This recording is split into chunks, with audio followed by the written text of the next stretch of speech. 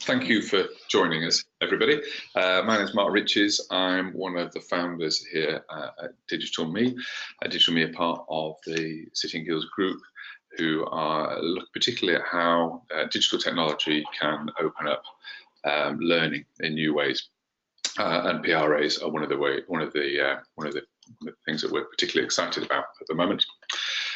So thank you for joining us, and congratulations on getting this far. I know a lot of you will have had to do this over Easter, and we appreciate that. We had a fantastic response all the way through, so it's been very heartening. In a moment, I'm going to hand you over to Karen Ponting, who is going to talk you through everything you need to do to put in a really good application for PRAs.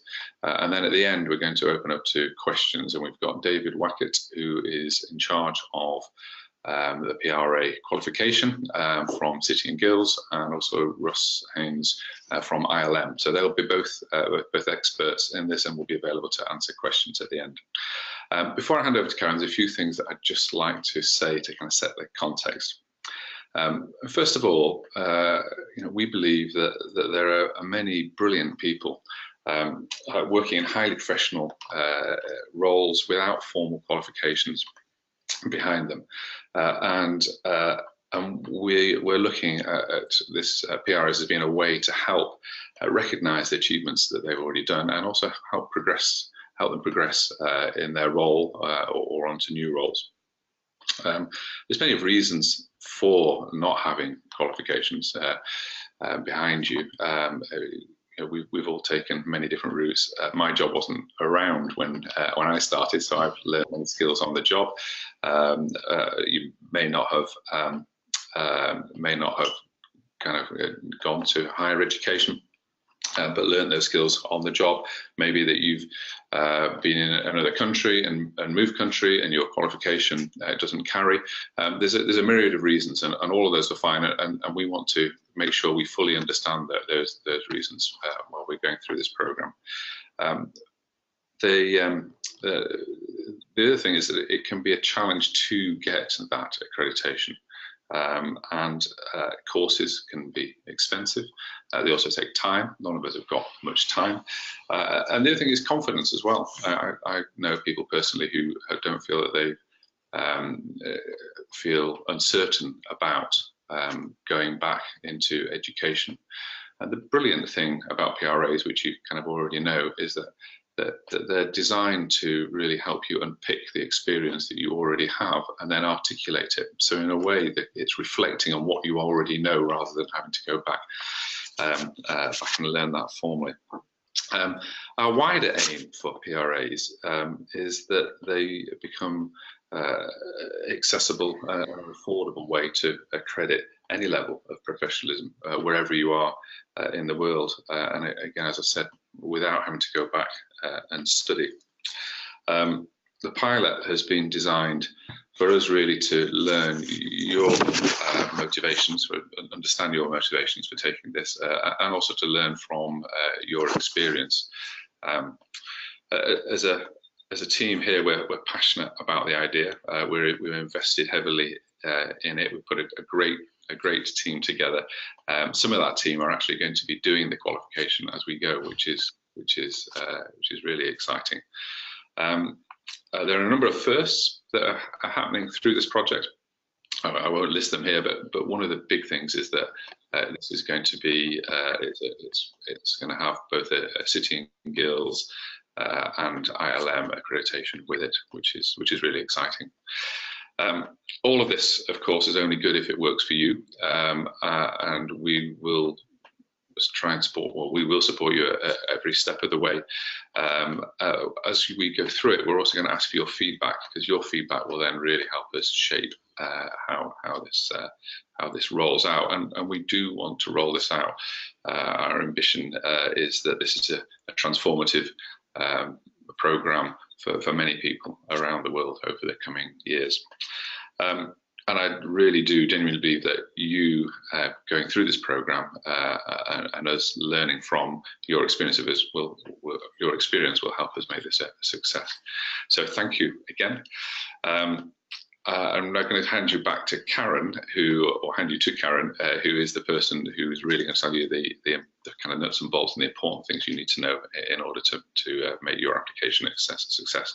So thank you again, and all the best with the PRA, and I'll be around later to answer any questions. So Karen, over to you. Thanks, Mark. Okay. Good morning, everyone. I'm Karen Pontin. As Mark said, I'm going to be leading you through these slides and through the induction process for the Professional Recognition Awards at Level 5 that you're about to embark upon. So I hope everybody can hear me. It doesn't matter if you can't see me, but as long as you can hear what I'm saying. If you do have any problems with audio, or if you can't see the slides, please do type that into the chat pane, which is on the right-hand side of your screen for most people. Some people put it on the left. And if you type a message in there, my colleagues will pick it up and either respond to you in writing or possibly verbally as we go along. We'll do our best to answer questions as we go along. But if you're having any problems with audio or visual, can you let us know now so that we can give you some guidance as we did for Geraldine? Okay, so I'm going to assume that we're moving on. We now have, most people have now arrived, so let's get going. Okay, so the presenters, so obviously myself as the technical advisor to City and Guilds for the Professional Recognition Awards. I've been working for City and Guilds for 20 years as a freelance consultant, and I've been in the field of education and training for 30 years. Russ, do you want to say anything about your role?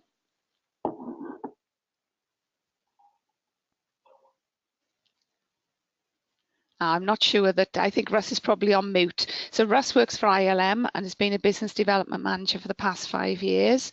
And David is the industry manager for City and Guilds, who looks after the Professional Recognition Awards. And he's been in the sector, as you can see, for over 20 years. So hopefully between the three of us, we'll be able to answer any queries that you pop in the chat pane. If not, we will take the queries away and we will then respond to them later. Okay, because obviously we've got everybody's email addresses and what have you. Okay, so just to be clear, we are recording this session so that we can use it for people who couldn't attend today and for future candidates. And we've a dedicated question and answer session at the end. But as I said, in the meantime, you can write any burning questions in the pane as we go along. And then let me just close that down. To help us keep the background sound to a minimum, we're keeping you on mute until the question and answer session. And the reason for that is because there are currently over 20 people online, and obviously managing questions from everybody in that, if you were all unmuted, would be quite tricky. So yeah, so we're keeping you on mute. Okay, so what we're going to cover today, why we're launching the Professional Recognition Awards, which Mark has really started to explain.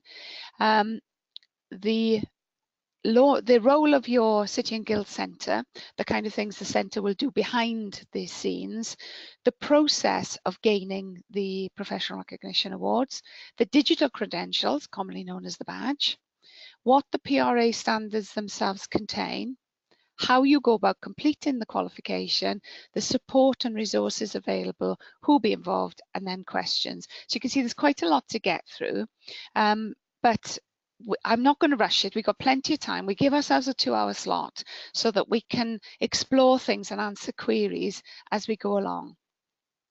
Okay. Okay, so here's our first slide. Well done for getting this far. We know you have, and obviously you've filled in an application process which involved the skill scan, and we wanted to say well done for getting this far. Not everybody has actually come onto the program because some people were working at a different level, or they decided it wasn't right for them. But you need to know that you are working on this level 5 qualification between Friday the 20th, which is a couple of days from now, and the completion date is the 1st of July. So you've only got May, June and July to complete this. This was part of the pilot process, is we aim to get the right people on it. They know what they're signing up to and they can complete in the given time. Now the reason for that is partially because it is a pilot and partially because it's online and being done in a way which should enable you to actually work at your own pace, at your own speed during that 3-month period. We're keen that everybody aims to complete by that date. I'll talk some more about that as we go through. Okay, so it starts on Friday, ends the 1st of July. And this is how the journey looks. Launch and registration will be on Friday. You can't do it before, and you will get a welcome email on Friday, which you will show you and talk to you about further on in the presentation. Task 1 and 2, this is where you have to submit your upload rather, your first piece of work or pieces of work for assessment is the 13th of May. And the reason we put it there was because we wanted to make sure that nobody goes off on a tangent. So we thought, if we got you to do the first 2 tasks, then your assessor reviews it, assesses it, make sure you're on target in terms of what we're expecting and how you're making progress. Then they will give you feedback, and then you will submit the completed version of your work by the 1st of July. You can by all means upload it early. In fact, we would encourage you to, but the deadline is the 1st of July.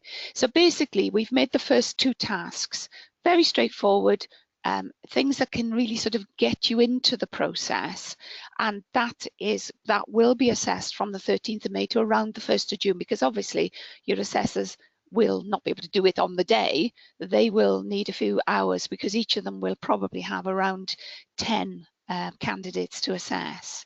Okay, so those are the 3 dates in the programme that you need to be aware of and that you need to have in your diaries. Okay. So the Professional Recognition Awards is a qualification. They are qualifications, and you're working towards one at level 5. Each PRA, and there are 4 levels in total, has 6 standards which you need to demonstrate you've met in your evidence. And these are the 6 standards in the hexagons. So every level of PRA has the same 6 standards, but they are set at different levels according to the level that you're working at or that your work is at. And the first one you will undertake is the commitment to professional standards. I'll talk more about that as we go along. The second standard is communication and information management. Then you've got leadership, then professional development, then working with others, then managing customer participation and expectation. Now, theoretically, you could approach these in any order, but we're going to recommend, for the purpose of the pilot in particular, that you do them in a particular order, which is the order I've just spoken through and which we'll talk to you about and look at in more depth on another slide. They were written in that order for a reason, because the evidence that you put together for standard 1 it'll start to tease out the information and evidence for the other 5 standards, but it is really up to you which order you do them in. Okay, moving on. You know that you completed a skill scan as part of the application process. As I was saying, you did that, you had to complete it, and we used that then to determine if you were working at the right level, and that if your job was broad enough, basically, to elicit evidence at level 5. You can revisit your responses to the skill scan and use them as an aid memoir when answering the tasks on the badge, because we base the skill scan quite strictly on the 6 standards, and all of the tasks are also based on the 6 standards. So even you might want to grow your responses out of what you wrote on the skill scan, or you might just want to refresh your memory by going back to them. But what you've done so far should provide you with a big help in starting to do the tasks. And we wanted you to know that the content of your skill scan will be passed to your assessor as part of their preparation for working with you, because it doesn't make any sense, does it, to hold that information about your job role without giving it to your assessor. And because they then will look at what you present for tasks 1 and 2 from the skill scan. It's just another set of information that the assessor's got in readiness for working with you. Normally, you would probably complete another set of initial assessment, but the skill scan's in quite a lot of depth. So we felt that was enough to start your assessor working with you. So you completed the skill scan, you can go back to it as an aid memoir when you start answering the tasks, and the content of it will be passed, each individual one will be passed to your allocated assessor. Nobody else will see it, only your allocated assessor. Okay. So this is what standard 1 looks like. So you have, do you remember me saying it was the commitment to professional standards? The standard contains the following standard statements, and you'll hear me use that terminology from now on. So standard 1 is commitment to professional standards.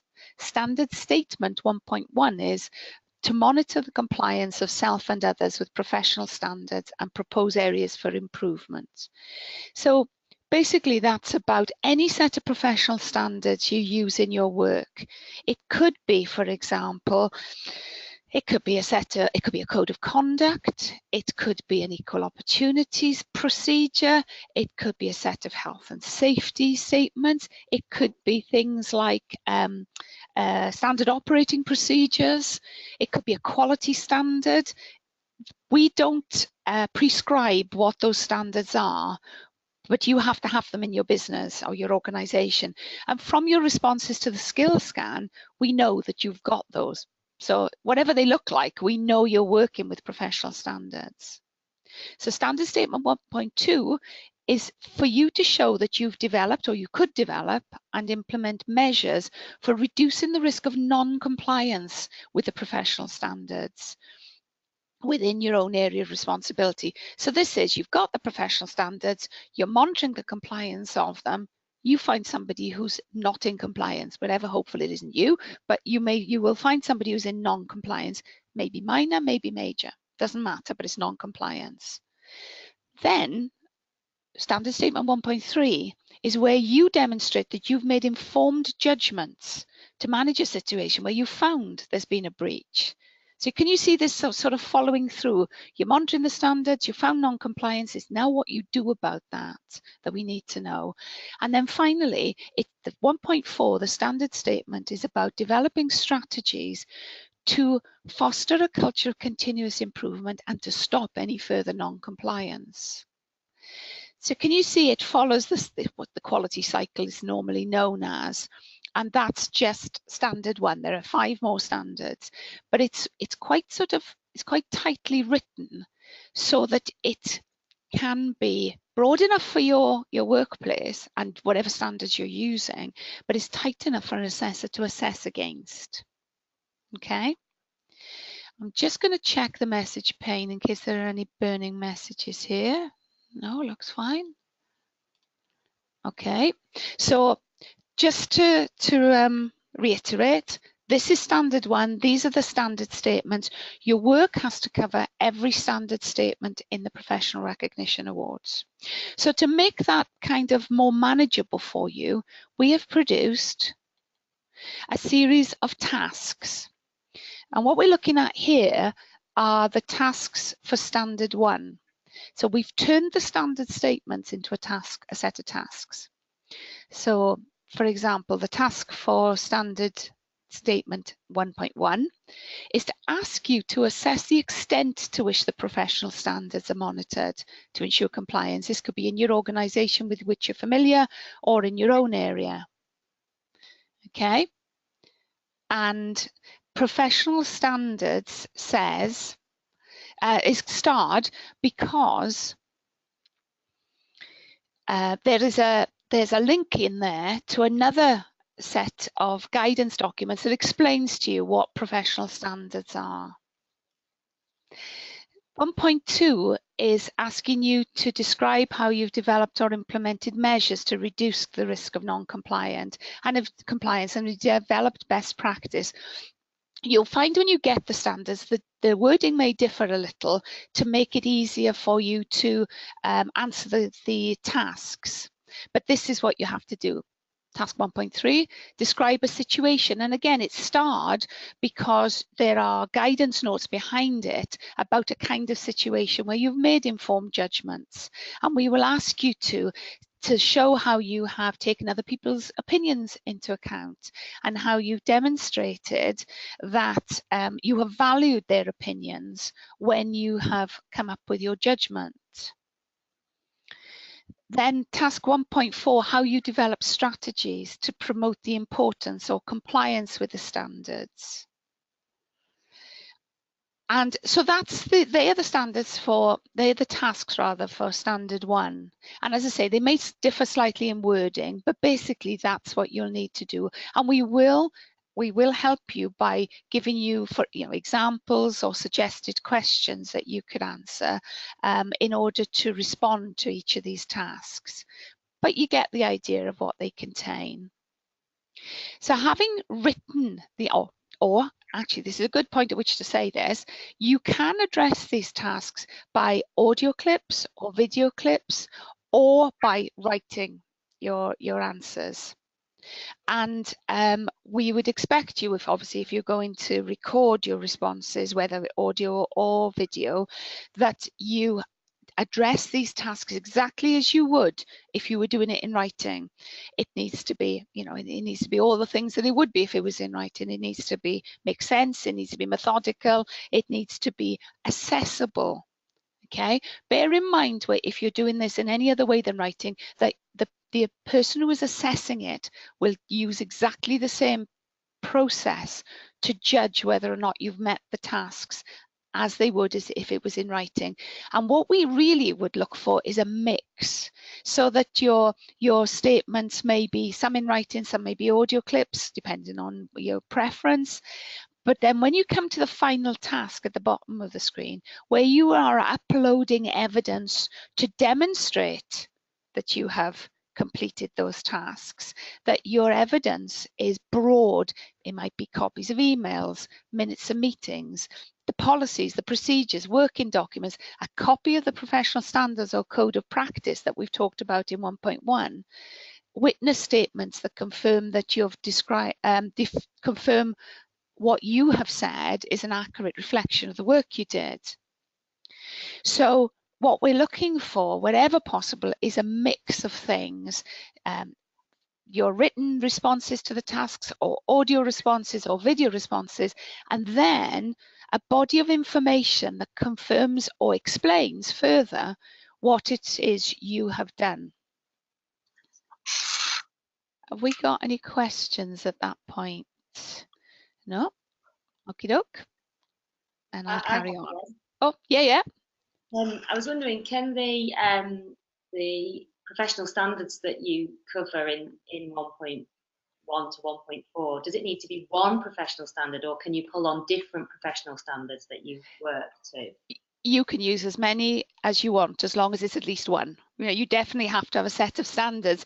But yes, Sharon, you can pick bits out that may relate to, say, for example, you may be talking about professional standards which are a code of conduct, but when you come down to the non-compliance, it might be to do with something completely different.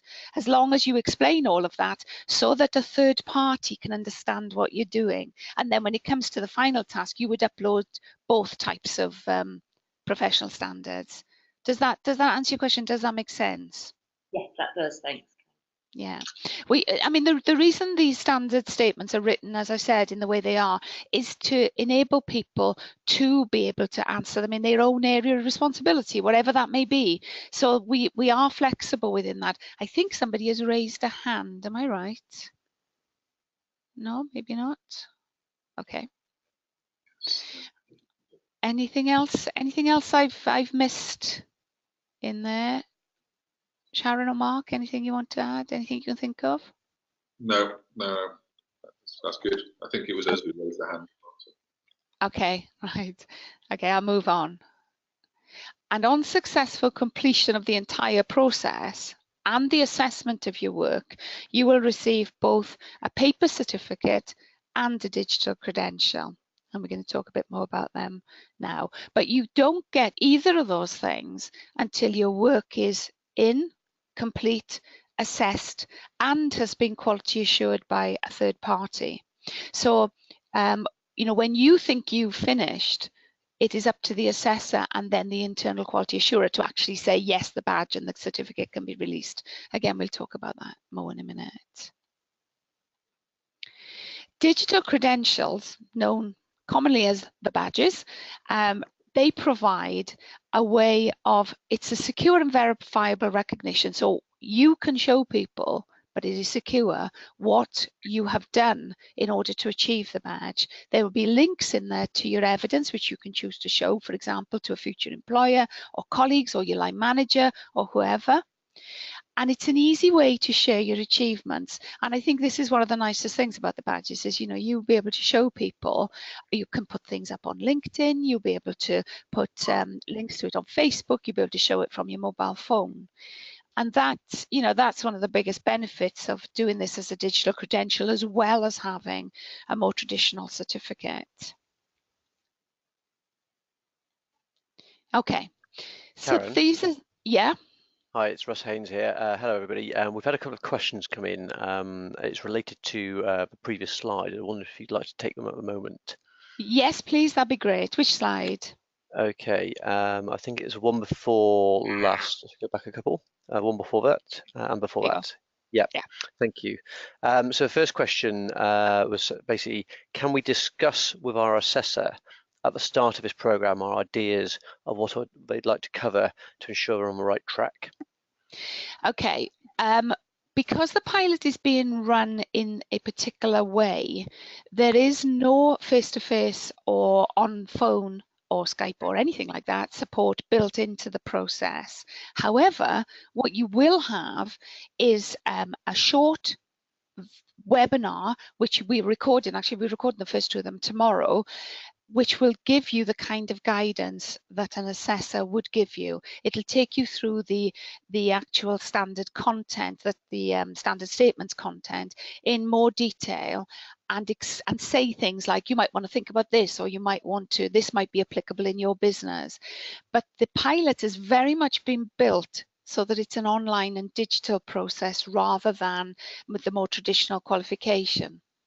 I mean, obviously, you're all aware that you've also paid an awful lot less than you would normally for this kind of qualification. So it means that we have built a model where we are doing as much online support as possible to enable you to complete without having to speak to an assessor. I don't know if that helps, Russ. Well, I'm hoping that has answered the question. I think that's quite a key point you raised there. We are proving the concept here, and obviously very interested to hear feedback from people who are participating in the pilot to tell us whether they feel they would need more tutorial support or as they're going through that. So I guess what we're saying is we'd like people to have a go using the existing resources, the webinar support and the guiding notes, and then if as we're going through the process, they find that actually they would have really benefited from having an initial session, then maybe that's something we can consider. Absolutely, and that's the purpose, as you say, of the pilot, isn't it? To test how well this works, and we will, I've no doubt, make changes as a result.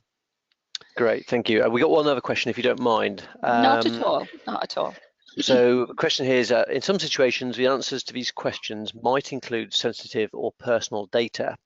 And the question is, would you like us to anonymize the situations or include the full picture and situation? Okay, that's a perfectly valid question. In fact, a good question. Whenever you are assessing a qualification, particularly one at level 4 and above, whether you're doing this on paper, via an e-portfolio, or online, as we are going to be doing, there's always an issue of confidentiality and sensitivity. We would say to you, some professional standards that everybody's got to comply with are the ones to do with digital, data protection. We would never expect you to breach confidentiality or to put information that was that sensitive online or show it to your assessor with everything intact, people's names, dates, locations, whatever. So we would always expect you to anonymize that kind of information. Should it be so sensitive that it cannot be seen by an assessor, well, actually, then it's probably not valid evidence. But what you could do, if it was key to your your answer, say, to one of these tasks. Say, for example, if it was to do with non-compliance and you didn't want anybody to be able to see the person involved. Now, you could either take the names out before you upload the evidence, or if that is so detrimental to the evidence, what you can do is you can show it to your line manager, who would have seen it anyway because it was within your organization, and they can give you a witness statement saying, you know, a candidate, obviously your name, did carry out this process as described in task 1.2, and they did deal with the non-compliance, and I have seen the report that they produced and it met our requirements. Your witness signs and dates that and you upload it. So, and it's the same issue. You have this whenever you're an assessor, to be honest. As I say, it could be whether you're on paper or whether it's an e-portfolio. We would never expect you to breach data protection or confidentiality rules. Obviously, this very standard is about keeping to those rules. So think about that as you go along, where you can anonymize information by blacking out names or whatever, you know, marking them out, great, or removing them or changing them to initials or fake initials or person A, person B, however you want to do it. But if it is so detrimental to the evidence, it takes all the sense away, show it to somebody who is going to see it anyway and get them to give a witness statement that doesn't breach confidentiality. I think that's about, the other thing I suppose you could do is you could talk about it in an audio clip, talk about the evidence with, again, not mentioning names and dates and venues and anything identifying the people involved. Does that help us? Do you think, is there anything else that you can think of that I've not covered? I think that's okay. If anyone's, yes, the answer's back, yes, that's answered the question. So thank you very much. No problem at all. And just to say that these are tasks which you respond to rather than questions you answer. And when you see the version that'll come when you register, you know, on the badge, excuse me, you will see there are suggested examples in there, and I think that will help as well. Okay, I'm going to whiz on through to. Karen, I don't know whether you. There's one more question. Oh, right, sorry. Should I go back to the slide? Yeah. So, do you have to refer to professional standards as such, or can this relate to internal governance terms of reference already in place? It can indeed be terms of reference that are internal. Anything that gives you something that you and your staff work towards, or you and your team, or you and colleagues. Those professional standards, which is why they're not named, you know, it's why it doesn't say a code of practice or a standard operating procedure or a quality manual. It's anything whereby you are required, you and your staff are required to comply with it, and your colleagues, and it is monitored and measured, and action is taken where there's non-compliance. I hope that helps. Thank you. Yep. Yep, good. Okay, but I'll stay on this slide for a second more. Does anybody else have any questions about this? Obviously, you'll get 6. Okay, thanks, Mark. You'll get 6. There's 6 standards, so there's 6 sets of tasks. Okay. Moving on. Right, so this is how it works. These are the steps you'll need to take. When you register and when you can access your badge, you will see the standards with the tasks. The first thing to do is to think, when you go to look at the tasks for standard 1, the ones we've just been looking at, think about a piece of work, a project, an initiative, something you've been involved in. It doesn't have to be a discrete piece of work. It can be something you're involved in every day. But it's something that you've been involved in, and if possible, you know, you've dealt in non-compliance and so on, but that really well demonstrates that you've met the 6 tasks, sorry, the standard statements in standard 1, those tasks that we were just looking at. Okay, so you just think about a piece of work that can help you do that. I mean, obviously you already are, because you're asking about things like internal governance. So you're already thinking about things you're doing that can demonstrate that you are doing those 6 standard statements. Then we suggest you gather the information that demonstrates what you did. Then you review the tasks in detail and produce the series of short reflective accounts explaining how you've met the standards in a format that best suits you. As I said, this could be audio clips, video clips, or written pieces of text. Basically, the key to this professional recognition is the responses to the tasks, the short reflective accounts.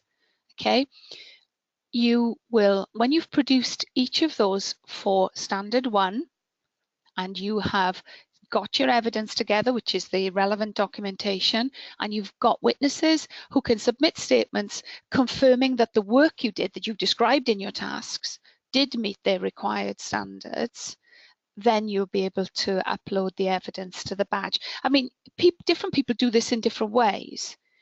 Some people go straight to the tasks because the tasks prompt the piece of work they're going to use, the documentation they're going to use, and which witnesses they're going to talk to and ask for witness statements from. So it does differ, but that's pretty much the process that you will use. Okay.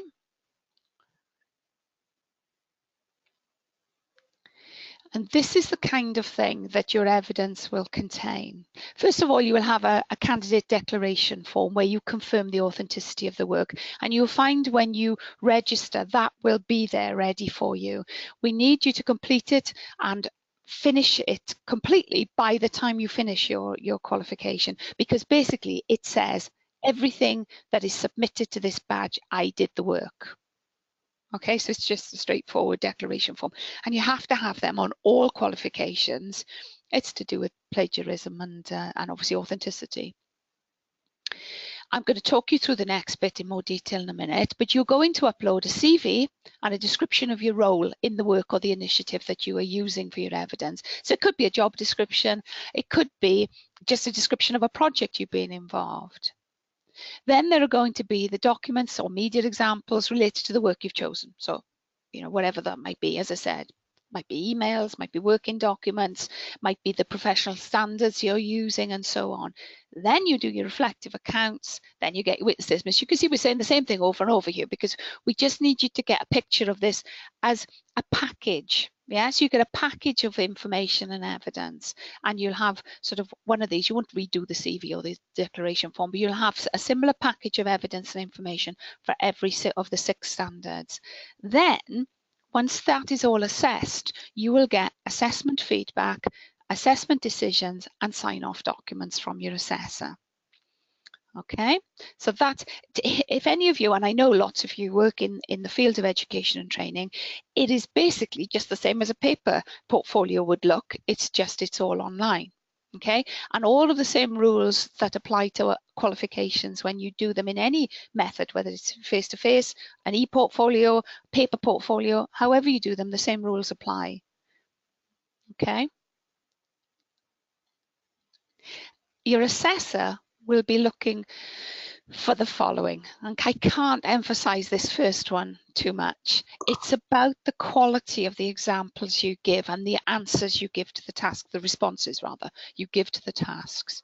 It is about the quality, not the quantity. We're not looking for 10,000 words. Please don't give us a dissertation, you're poor assessors. Think of it in terms of a third party finding out against those standard statements what you did. Okay, so the key to that is using bullet points, is keeping it concise. If you're doing a recording, there's nothing to stop you, re-recording something or editing it before you actually upload it. Well, same with the writing, isn't it? We're talking about editing.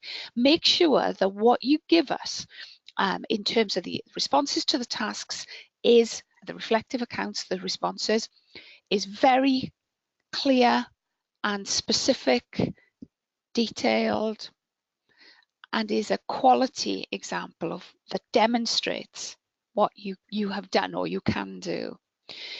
They need to be clear descriptions. Okay, we really don't need the flowery stuff around the outside, which is why you can use bullet points.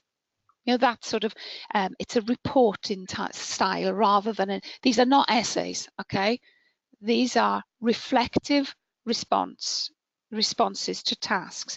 And again, as it says on the third column there, they are reflective in style And it doesn't matter what format you use, they have to be reflective.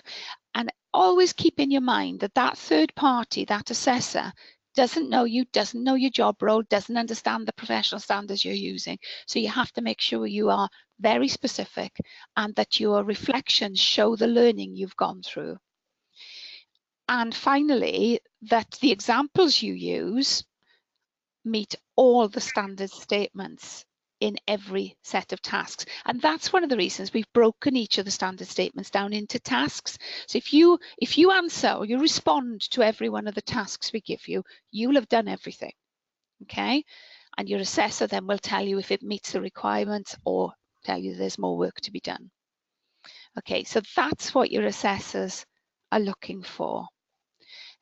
Has anybody got any questions about any of that? Russ and David, Mark, I'll just hold on a sec in case there's any questions about anything on that slide. There's none come up so far, Karen. Okay. Okay.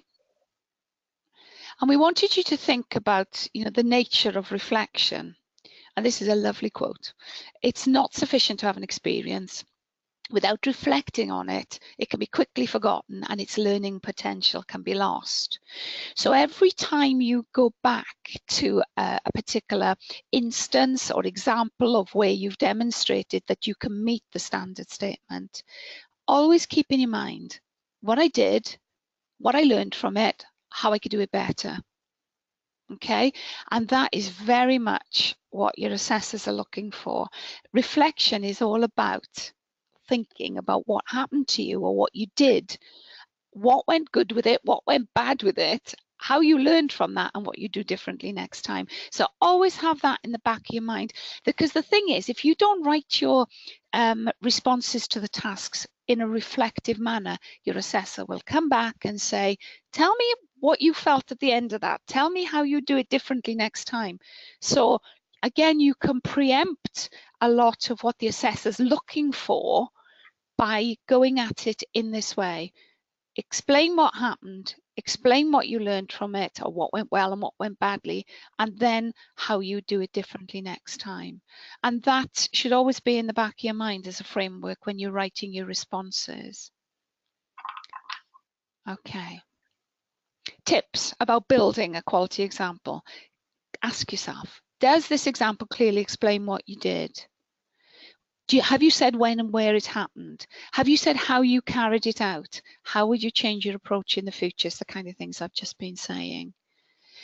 One of the things that Mark said in his introduction was that the PRA qualifications at all levels give recognition for things you've done maybe in the past, things you do probably every day that you have no proof of having done. So when you reflect on them, you can show then what you did, what you learned from it, how you would move forward. It's almost like, it's the classic report style, isn't it? These are our points. This is what happened. These are my recommendations for the future. So that's what the assessors are looking for. Think, and you can always refer back to this webinar, of course, but you may get very, very fed up of seeing me, but you can refer back to it to remind yourself, especially when you're doing the first couple of examples. Okay.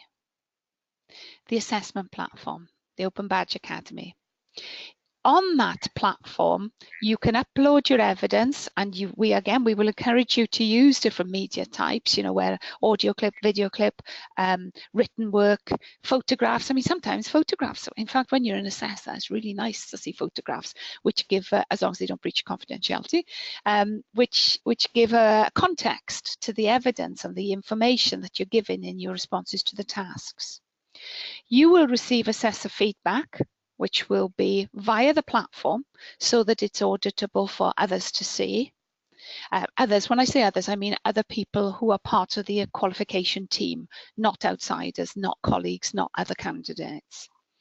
Then once you have completed the qualification and you have your work's been assessed as complete, the internal quality assurer has made sure everything has been done, certificate and the badge are claimed, you can then, on the badge, receive peer endorsements, which obviously has to be after assessment, which are the kind of things you see on LinkedIn, where other people can confirm and endorse what you can do. which is really nice. And you'll be able to access the support resources that go with the qualification via the badge platform. For those, any of you, I mean, maybe none of you feel like this. I know some people are a little apprehensive about using the badge platform.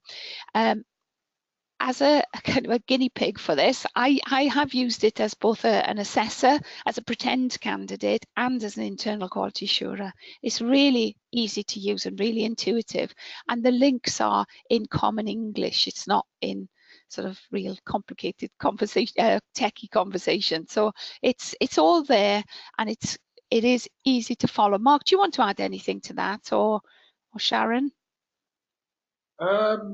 No, I think that's good. It's nice that I mean you're new to using the platform, so it's nice to get your thoughts on it.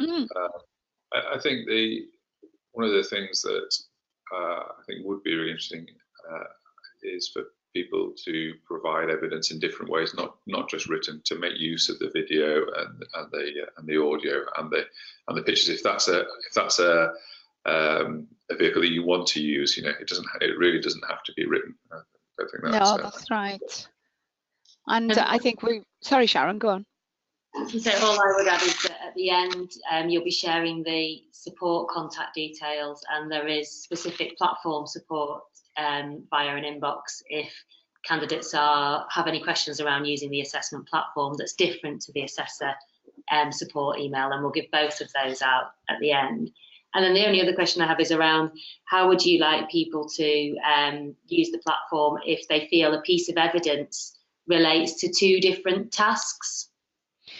They only have to upload it once, and then you refer to it again. So if you say you put up the example of non-compliance to professional standards, as we were talking about in Standard 1, you might write a report, or you might upload what you did about the non-compliance. That may be very valid to the standard on working with others. So what you would do would be you'd upload it against Standard 1, and then when you come to write your reflective account for Standard 5, I think it is, or 5 for working with others, you would refer to it and say where it is on the badge. It's really simple. You just say see, or link it to where the evidence is, because it's all in one place. You don't have to upload it for every time for different standards. It's difficult to explain without having the platform in front of you, but it is really easy to do. And actually, Sharon, I haven't said that so far, have I? That one piece of evidence may provide an example for a number of different standards and a number of different standard statements. What we call that is rich evidence. If evidence is rich, it can be used in a number of ways, but it doesn't have to be uploaded repeatedly. It just gets linked in the responses to the tasks. Does that help? That's great. We've also got 3 questions actually that have come in. Okay. Yeah. So if you're no longer working for an organisation where you've done the project for and no longer have access to the data, suggest for the evidence, can you use a witness of colleagues maybe? Oh, and colleague. Yeah. Sorry. This is tricky. The evidence, as a rule of thumb, should be less than 3 years old. So information that you present for assessment should be less than 3 years old. That is a rule of thumb, though, and there are some areas that don't change enormously. And so if you did it 5 years ago, it might still be very current. However, if you think about I'll just talk about this for a minute, Mark, and then I'll talk about, having left the organisation. If you think about professional standards, they may well be updated every year, which is, we would always tell you to use the most current evidence you've got. And as a rule of thumb, keep it to evidence from within the last 3 years. It is tricky if you've left an organisation and you no longer have access to the evidence. That will require you to give us very detailed reflective accounts and very detailed witness statements.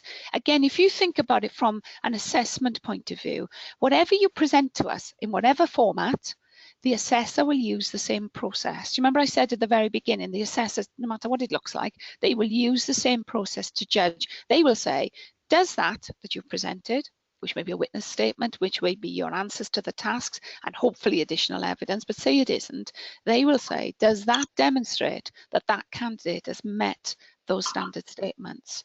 And the onus is on you as the candidate to, we use the word convince the assessor.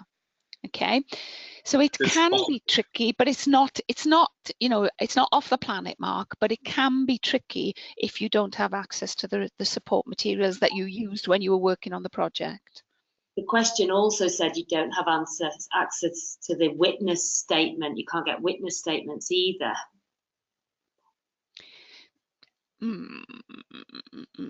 I think if I was guiding an assessor on this, so this would be me talking to the assessor, I would ask them to be sure they were convinced with what the candidate was presenting. So they may then, Sharon, ask for the candidate to do audio recordings to support the tasks, which may be written already. Do you know what I mean? So they say they present their evidence, their responses to the task written. That may be insufficient on its own, and they may ask for audio clips to go with it. I don't know. Without seeing the responses to the tasks, it's almost impossible to give a sort of a no, that definitely wouldn't work. It would depend. There's a further supplementary kind of question which makes it at another level of complexity, I think, really, which is in some cases the project can be in a different language and the evidence could be in a different language as well. So would that just require a translation, or? Yeah, it would require a translation. City and Guilds only accepts its qualifications for, and particularly PRAs in English, and it does say that on the website somewhere. It's probably in a manual, a handbook. So it would have to be translated, simple as. Okay. The person who asked that, I think it was Hazra, if you've got any further questions, do ask. But it seems like you're saying it's difficult but not impossible. It can go back further than 3 years potentially, but the answers need to be very detailed, possibly supported by audio or video evidence, and of course there need to be a translation if it wasn't. That's right. That sums it up beautifully, Mark. Yeah, that's great. And I do think, again, do you remember what I've been saying in previous slides? Keep focused on this assessor doesn't know you, doesn't know anything about your organisation. You must convince them that what you've done meets the standard statements. And so how you do that then is open to you to decide. But all the things you just said, totally right. As current as possible in English and wherever possible with supported materials. The trouble is, you see, it's very difficult until the assessors actually got the information in front of them to say whether or not it'll meet the requirements or not. It's nigh on impossible, in fact. Somebody's asked Susan's asked what very detailed looks like. Very detailed says who, where, when, what, how, why, and give sufficient context for the assessor to understand what you did, why you did it, how you did it, and so on. And detail, it is about, constantly think when you're writing your responses to the tasks, can a third person understand this? And can they see from what I've done? I keep saying writing, I don't mean writing, I mean audio or video clips as well. But from what you've given that assessor, can they understand how what you said you've done matches those standard statements? Okay. And that's the rule of thumb, really. And that's what the assessors will use to judge. Okay. Thank you, Cam. Another question, can you please confirm what's involved in the peer endorsements? Oh, one for you, Mark, or Sharon. So peer endorsements are, once you've successfully attained your digital credential badge, then you can on OBA, it'll appear on a profile, and then other people can see the badge that you've earned, and then say comment on it, really, endorse it. Sorry, do two things. One, they can endorse it to say yes, I've seen this and I can kind of bear witness to it, and then they can leave a comment on there, just giving a bit of context to that. Now that comment can be accepted or not accepted on the person's profile. So the person who's got the badge is always in control and can choose whether to accept or not accept. The other nice thing about it is if the person's the endorsements happen when connected to LinkedIn. So if somebody's left the endorsement, you can link back to that person and see that person is real, and see details about them on LinkedIn. So it's a nice little verification of kind of personal verification, peer recognition of what you've done. There was another question that popped up on our screen, but I can't see it now. I think it was from Adriana, and it was around. It started with, "I have 2 badges." If you're able to resend it, then we can answer whatever the question was. Okay, and then another question. How Sharon, will we know? it's Russ Haynes here. The question really just someone making a statement, I think, rather than actually asking a question. Just saying they've already got 2 badges. They're very easy to use and can be easily shared on LinkedIn. Oh, thank you very much. Very good, very good.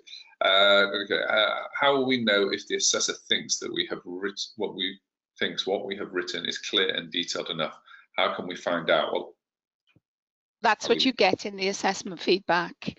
So when you send in, when you submit, upload, that's the word, I must use that word. When you upload your responses to the tasks, your CV and all those other things we've asked you for, you will get assessor feedback. Do you remember we said you have to submit your first tasks 1 and 2? You have to submit them by the 13th of May. Yep. And I've got that date right, haven't I? I'm almost sure I have. Is that 13th of May? Can somebody check it for me? Yes, perfect. Right. Yeah. So when you upload those, your assessor will then assess what you've done for tasks 1 and 2 and give you feedback. And that's why we put the feedback in at that point, so that you, before you go off and do any other of the excuse me, any other of the standards, before you do any more responses to the tasks, you will know whether or not you are, doing enough, giving enough detail. It's very much from your assessor feedback. That's why we built it in so soon in the process, and so that after task number 2, before you go further and perhaps go off on a tangent or write too much or don't write enough or don't give enough detail. And the way that they'll receive the feedback from the assessor is through the notes section within the platform that will sit under each piece of evidence. Karen, if they've uploaded more than tasks 1 and 2, so they've started on some of the other standards, will the assessor look at that and give feedback as well, but in the interim? That is something for the assessors to decide, and the assessment team themselves will work that out. Each assessor will have about between sort of 8 and 10 candidates. It's difficult to say they will assess it, Sharon, because some assessors may have a huge workload and may not be able to assess anything more than task 1 or 2 because that is what they've been scheduled to do. Other assessors may have sufficient time to look at other tasks as well. But what we're saying is your target and your deadline for first uploading and for first assessment feedback, is you upload on the 13th of May at the latest, and then you get feedback in the following few weeks. And again, we can't tell you the date of the feedback because different assessors will do it at different times. And regarding the feedback, so the feedback will actually be on the badge, as Sharon just said, underneath your evidence, which is brilliant for them being able to relate back to the evidence that the assessor is talking about, and is really good for when the external audit trail is looked at. Everybody will be able to see, I mean the qualification team will be able to see what you did, what the assessor said, and what you did after that, which is a really nice, clear process. And thank you to Adrian. When you then go on past level 1 and 2 to fill the, complete all of the questions, then at the end, once it's submitted, do the person get a chance to resubmit? Right, there's 2 things in there. One is, so you get assessment feedback after you've uploaded task 1 and 2, and then you'll go on either to supplement what you've already done because the assessor may think you haven't given enough detail, or you haven't given enough examples, or whatever, or you need a few more copies of emails, whatever their judgment is. You have then got an opportunity to resubmit only once. So having had your feedback from your assessor, you get a chance to go back and put it right, or add in, or take out. You may have done too much. You have an opportunity to do that, and then you re-upload, and and that is the final product which is assessed, if you like. But then you go on, when you go on to the next tasks, you will do the work for the following 5 tasks. So you get to 1st of July, which is the final submission date, where you have now done everything, answered all the tasks, put your responses in, you know, uploaded any video and audio clips, uploaded your materials, your reports, your standards, whatever it is you're putting in there. You've uploaded your witness statements, and you think you have done everything. You submit it. The assessor will assess it then as an entire body of information related to that qualification and determine whether or not you have completed. If they need you to do further work, or if they need you to gather further materials, they will give you that in feedback. And again, you have one further opportunity to submit. Okay, and they will then assess your whatever you upload as a final submission. They will assess it after the 1st of July, give you feedback. If there's anything else to be done, they'll come back to you and give you guidance on what needs to be done in order to complete. There's one another question, supplementary question. So what happens if you don't meet the standards after the 2nd submission? Well, you're effectively referred. Now, that then depends on how the centre manage the process after that. For the pilot, for the purposes of the pilot, we have said there's only one resubmission. And again, the reasoning for that was because we are testing, as we said, and as Russ commented, we're testing on it as being a particular way of delivering the qualification. If you come back and say that wasn't enough, I needed to submit 3 times, that may be something we would we'd include as part of our review of the process. But for the purposes of the pilot structure says you have the opportunity to resubmit once. In most centres, and in ILM centres, I believe you can only resubmit. You can only submit once and then resubmit once anyway. But we've narrowed that down for the purposes of the pilot. Otherwise, to be frank, people will keep giving evidence and information back and forth, and it would end up taking you 3 years to do this and not 3 months. Yeah, thank you, Karen. And also another practical question from that: how much time are you given to make the changes once you've submitted? So. Well, that's really straightforward on the first task, Mark, because once you have been given your feedback, you make your changes, you upload the updated version. And the assessor will not assess that until after the 1st of July when they've got everything else. Yeah, for the ones that are for the final submission, when the assessor is assessing all 6 of the standards, then it is up to the assessor to agree when they will give you the feedback. Because as I was saying about them giving you feedback, you know, each assessor has a different workload. Some of them will be able to assess what you submit immediately. Others may be taking a period of weeks. I believe that the feedback will be given to you on the final submission, on the completed professional recognition award, within a month, and it may be sooner. So it would be by the end of July.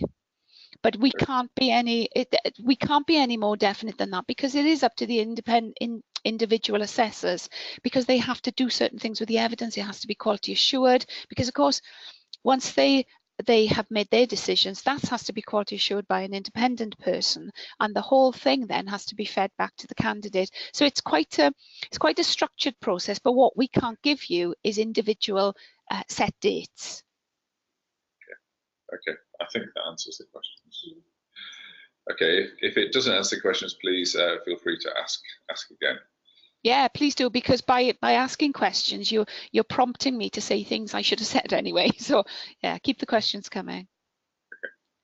Okay, so this is how it works. When I saw this slide, I was scared, but then when I looked at it, I thought, oh no, that is how it works. So you get the link in your email, you create your account, you log in and purchase the badge, and this is what it looks like. Okay, so this is what it looks like when you open it up. You, in between that arrow there, between log in and purchase the badge and upload files and submit your evidence for review, you've obviously got all your work to do. Makes it look really easy, doesn't it? But that bit there, that arrow between log in and purchase the badge and upload the files, is your 3 months in which you are putting together your responses to the tasks, gathering your materials, getting your witness statements, having your feedback on tasks 1 and 2, and then working on the other tasks until you complete.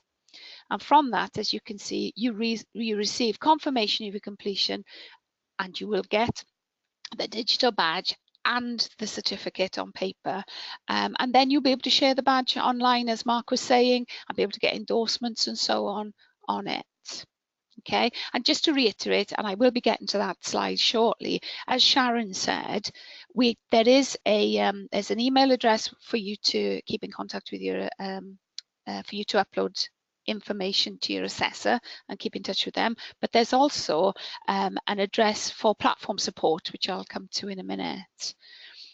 Okay, and as I said originally, don't forget, you can't do this until you've had the link in the email on Friday 20th of April, a couple of days time. Anything else I should say about that, Mark or Sharon? No, I think that's good, thank you.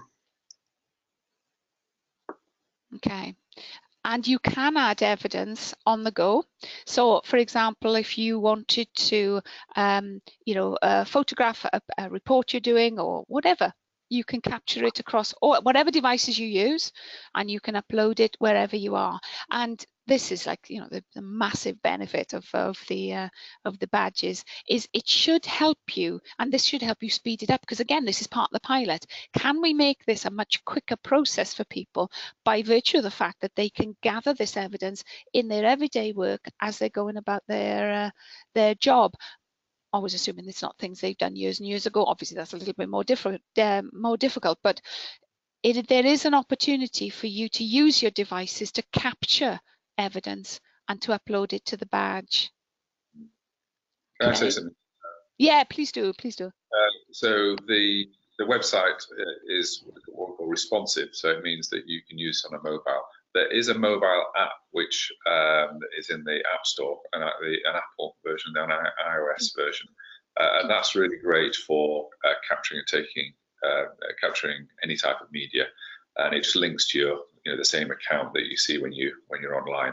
There is one proviso on it at the moment, and that's when you create your account, you need to create it either through LinkedIn or just sign up through email. The Google login and the Facebook login don't work with the mobile app at the moment, which is why we haven't put it on this screen, because that'll be something that comes later. But if you do want to use the app and you sign in via LinkedIn or via email, then you can do that. There's a question: if my organisation is paying for the course, are there other payment methods, invoicing or purchase order? Sharon, can I ask you? For the pilot, it will need to be paid with a card online. Right. I've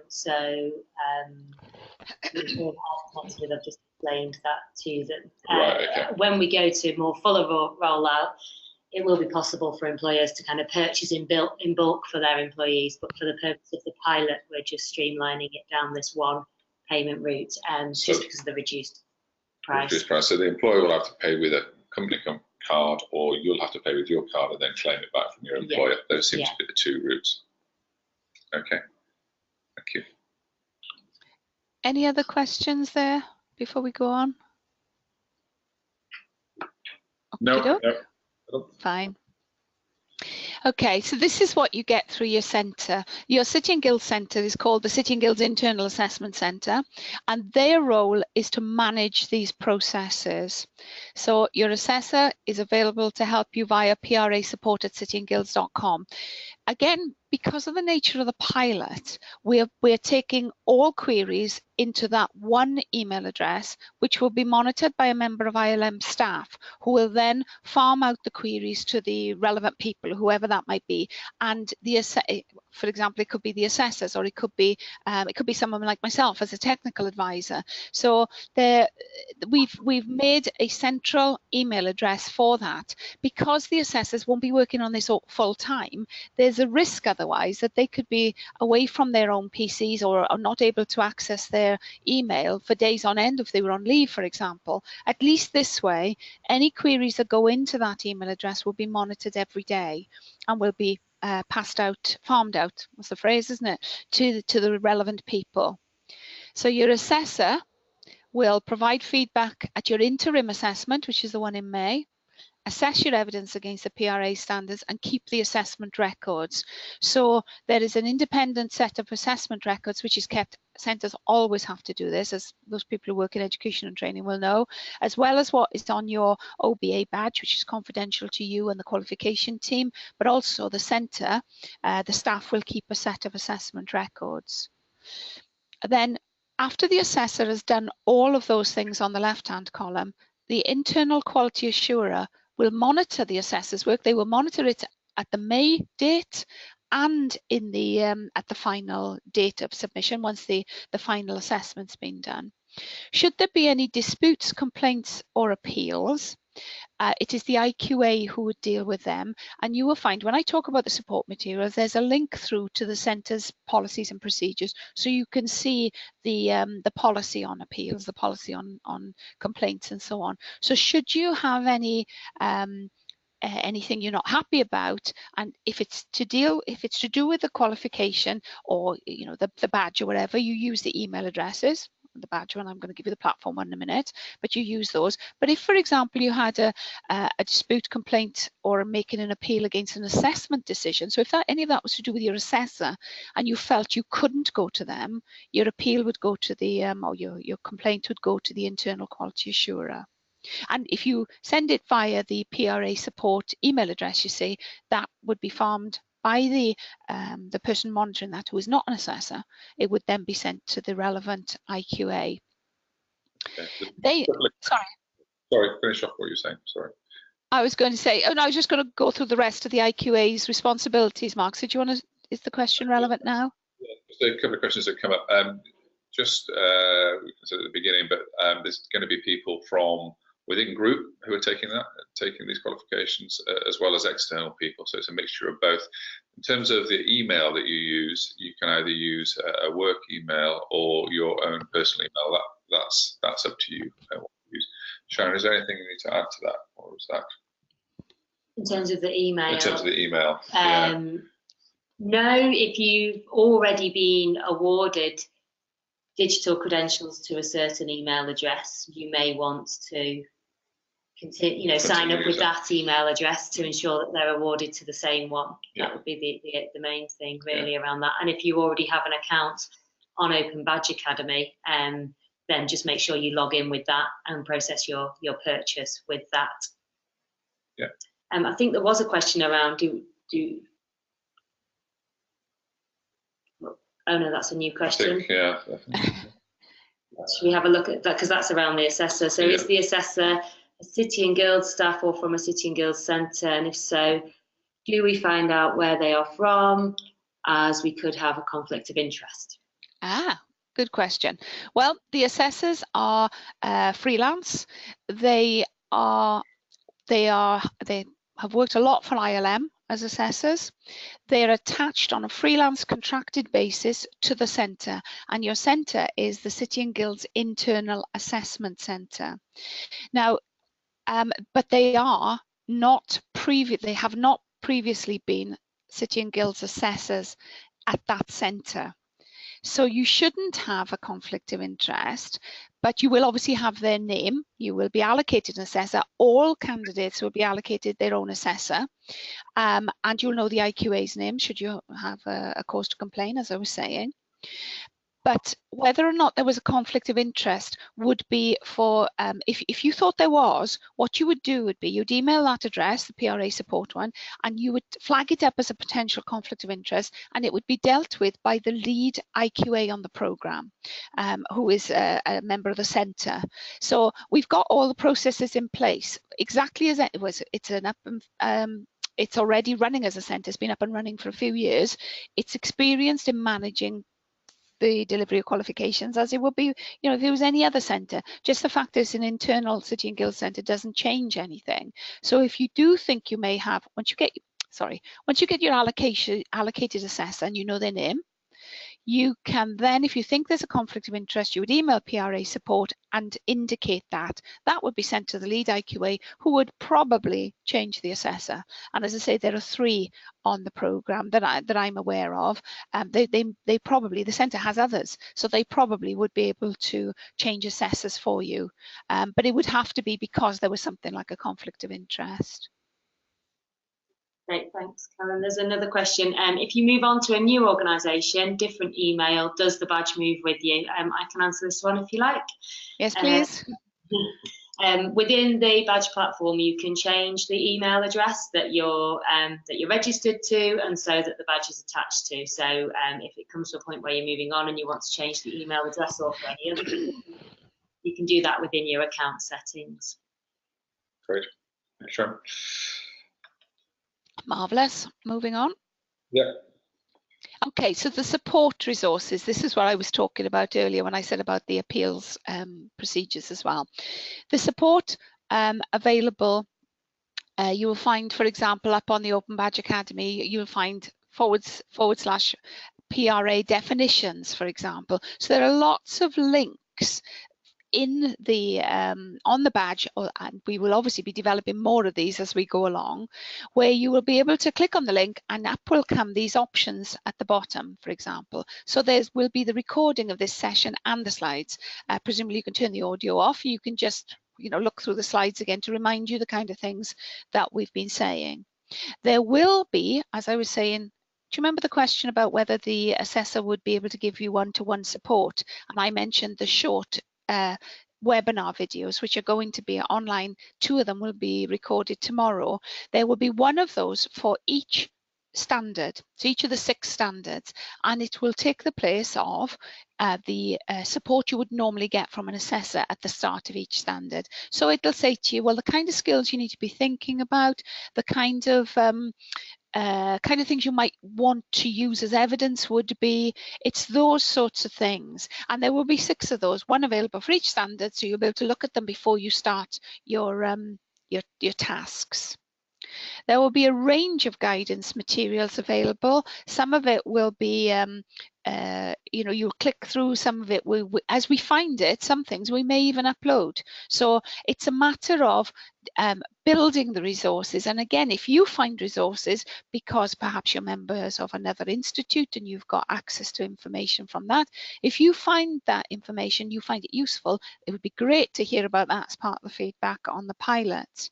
There will be third-party resources up there, and there will be things like, as I was saying, there'll be a candidate logbook there, and in that will be you know, things you might need to know about the centre or might want to know about the centre. Everything you need will be on the badge, but if you wanted to have a look at the centre's information, that would be there.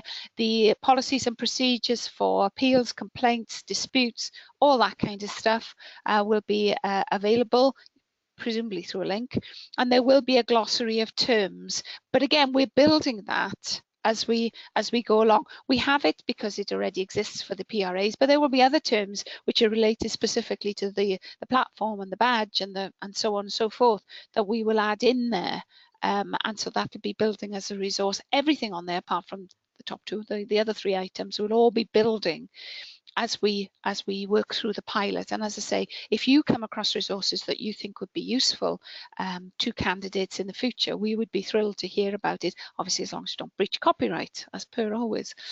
Anything else I should say in there, Mark? I think so. Everything will be there that you need to get going from Friday, this Friday. An email will come out to you, so you don't need to do anything before. In fact, it's not possible to do anything before. Some of the tutorials, as Karen said, are going to be being recorded at the moment, so we hope that will be there by Friday. The later recordings for the different tasks will be up there shortly as well. If you do have any questions at any point, there's a support email on OBA, and we'll get back to you quickly. Yeah, that's great. The only thing I would add, Karen, is you've mentioned a couple of times how all the evidence that you upload is private, and that can only be viewed by your assessors and the assessment team. However, if you want to make any of the evidence public, so that when you share your badge out on LinkedIn, then people can actually navigate back to your badge submission page and see in the metadata the evidence you've submitted. Underneath every single piece of evidence, there's settings that you can control, and you can decide whether to make that particular piece of evidence public if it's something that can be publicly viewable from a kind of confidentiality point of view. Yeah, well, I think, and one of the things we said when we were discussing this issue is assume everything should be private, and then then decide whether or not to make it public, because as somebody asked earlier, sensitivity, confidentiality at level 5, you tend to be working in a world where there is sensitive information, and we wouldn't want to breach data protection or confidentiality, or indeed cause any problems for anybody, by something slipping through the net. So assume it's private, put it in as private, and as Sharon said, then you can open it up for public access when you're ready and when you think it's safe to do so.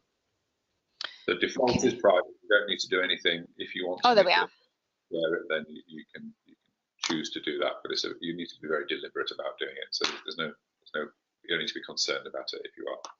Fab. So it's the default position is private. Yes. Fab. Okay. Moving on. Any more questions? And we will try to provide the answers. Yeah, there's a question that's come in. Is guidance on confidentiality available? There's guidance on our website about confidentiality. That's mainly meant for centres, though. I suppose we could write up what I've said, basically.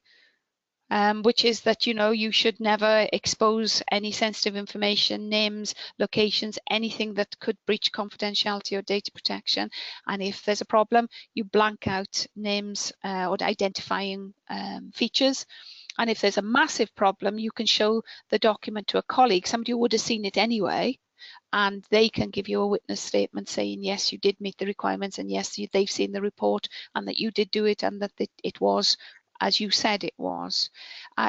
Do we need anything more than that? So it sounds like it's an action for us to create accounts. Okay, we can just write that up and put it in. Yeah, no, thank you for the question. Are there any other questions? We did previously try and switch on audio for everybody, but it muted. Some text questions coming through. What tasks do we need to do by the 13th of May? What specific tasks are required by the 1st of July? Okay. Yeah, task 1 and 2 have to be submitted by the 13th of May. When you look at the badge, it's really clear what you have to do by when.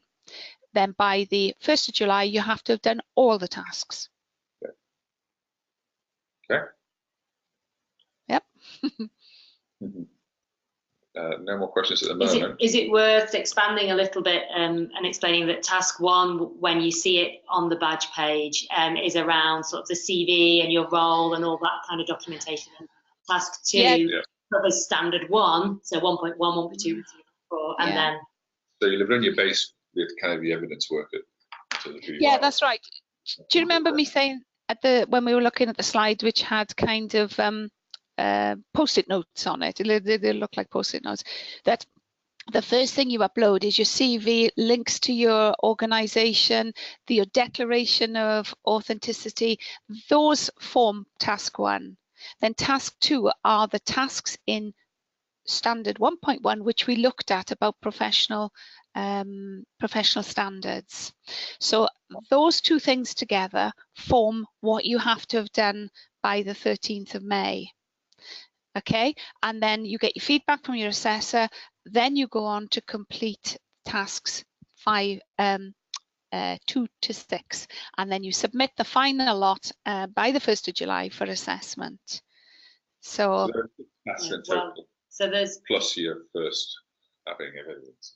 So a question's come in that says how many tasks are there in total? So on sorry, can I answer that, Sharon? There's one for each of the standard statements.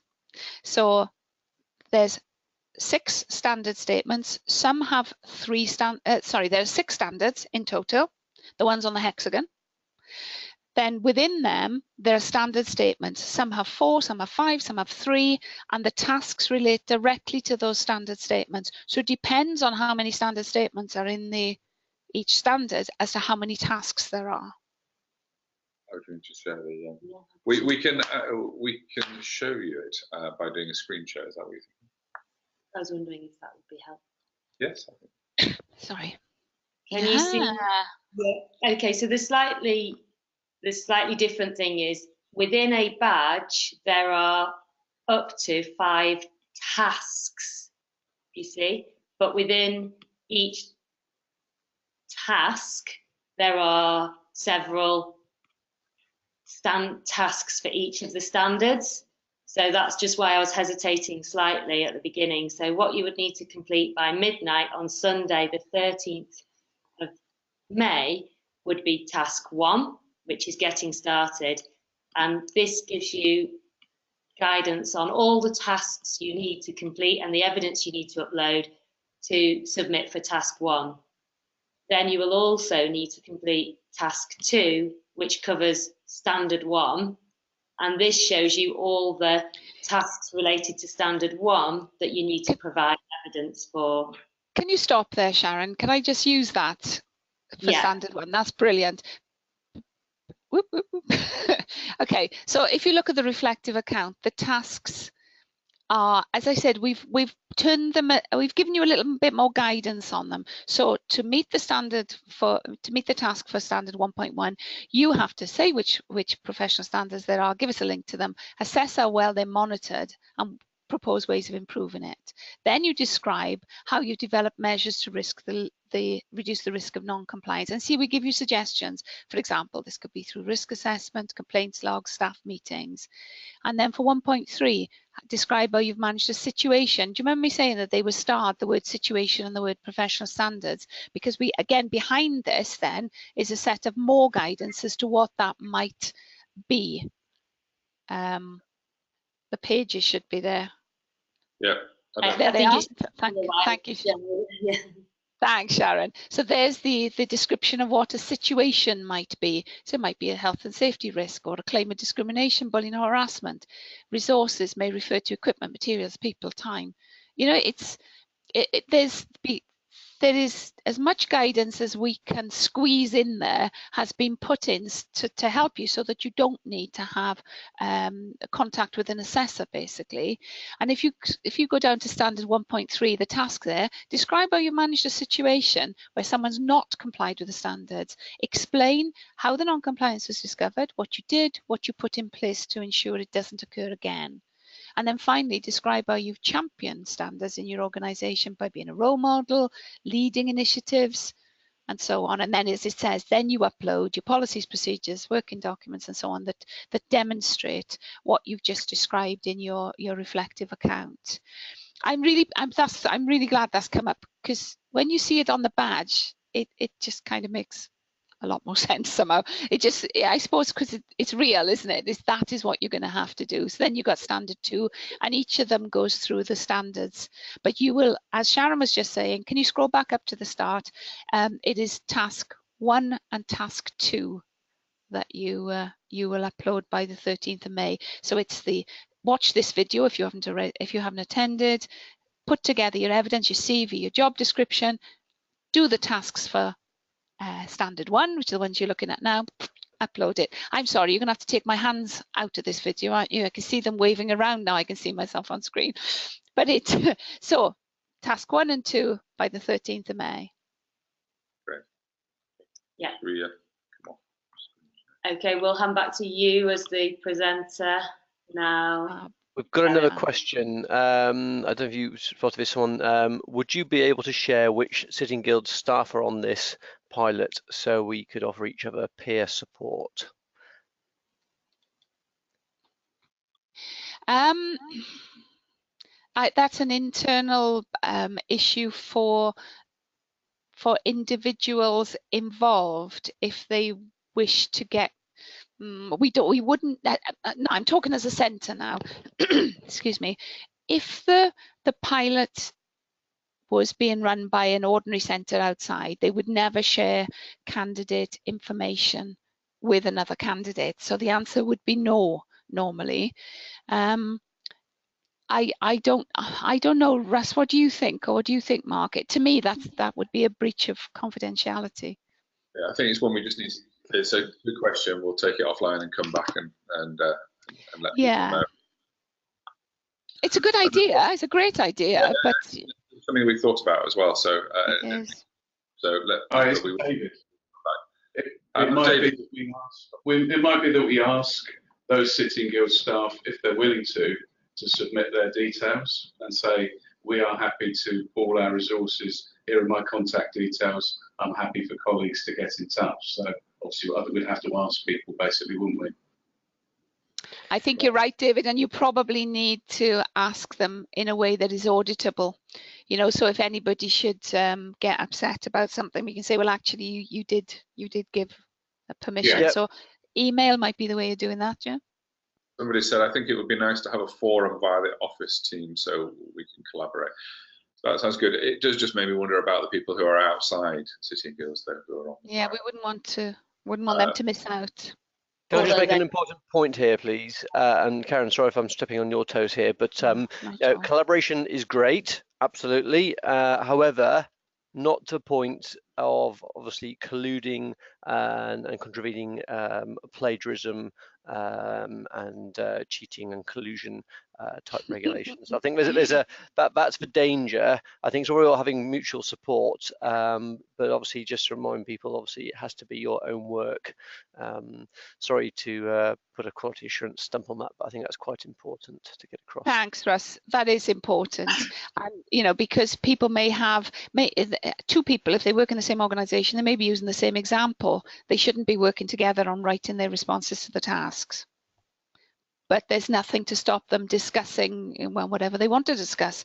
But Russ is right there. We must be careful that all work is authentic, is clearly produced by the candidate who's claiming it, and that it demonstrates that it was them who did the work. Yeah, should we take that away as a point to consider as a project group, and then we can communicate out to candidates? We did talk about a forum as well, Sharon, about for candidates, but we decided against it for the pilot, didn't we, Mark? Yeah, we did, but it's interesting that it's come up. So we will. Yeah. So we decided. Well, actually, we'd wondered whether it would be too much effort as well to set up, and whether it would actually be used. So it's interesting that there is interest there. So maybe it is going back to people, seeing what they think, and then then having to put a shape around that and some borders around. Yes. Particularly if people have ideas of how they would like to connect, because we didn't want to introduce another platform for connecting that just meant you were having to have multiple logins to complete the PRA. That was just a practical. Supplementary question to the plagiarism: is there a policy in place that we need to refer to? Again, normally the City & Guilds Centre responsible for that would have those policies, and it would make it very clear to candidates. I'm sure we do have a policy in place, and we will dig that out and circulate it around to everybody. That would be then, Russ, would be with the other guidance documents that were accessible from the badge with a link. We did talk about having there the complaints, the appeals, you know, those sorts of things, which are centre documents, which all centres have. And I think the plagiarism policy should be there as well. So, yeah. Thank you. There's a question that I've actually lost track whether we've answered this. What's task 1 and 2? Is this referring to 1.1 and 1.2? No. There's task 1 and task 2, as you saw them on the badge. The first task being the uploading of the CV, job description, links to the organisation, and the second task being all of the standard statements in standard 1, the professional standards. Standard. How many times am I going to say that? Standard. Do you remember we were looking at the badge, and we were looking at the first bit, which was about your CV, and the second bit, which was things like how have you dealt with non-compliance? It's all of those 2 tasks by the 13th of May. It is doable. I mean, it is definitely doable. Another question: is there a student handbook? I know that there are pages from the student handbook linked to relevant pages are linked to from each of the tasks. Yeah, the links from the tasks are to the qualification handbook, which gives you the extra definitions on the information about what words like situation and what were the, those highlighted words that I picked up for you. There's a candidate logbook, but it's a general candidate logbook that any centre would use. There's not a specific logbook for the pilot, because that's one of the things that would grow out of the pilot. But as I say, the standard candidate logbook will be there and can be accessed by a link. Thank you. Actually, I think it's already there, Mark. But it is, yes, yeah. It is there. Mm. Great. Now, questions are drying up, but there's been quite a lot asked. Are there any more questions? We'll give it another. And also, David and Russ, was there anything that you wanted to say after the presentation, particularly? I know you've been answering as we've gone along. So just going back, there's a question I missed. I'm not sure if I got the answer. It was, can you please reconfirm what is involved with the peer endorsements? I don't know if that got answered or not. Yeah, Mark answered that one. It did. That was around once you've been successful at achieving your badge, then you can get peer endorsements on the OBA platform from other people who've logged in via LinkedIn, and then you can see who's given you the endorsement, and the person looking at the endorsement can link back to see who's authenticate who's provided it. Thanks, Mark. Okay, so the next step, look out for your invitation email to join the assessment platform on Friday 20th of April. And as Mark said, you won't be able to access anything until you get that invitation. Okay, and as we said, we are here to help, although the pilot is quite a narrow one, as you've no doubt gathered now. There is assessment support via the email address, which is dedicated and staffed all day, Monday to Friday, 9 to 5. And for platform support to do with the badge and the OBA platform, you can use the bottom email address. Okay, is there anything else from anyone? There are no more questions coming through.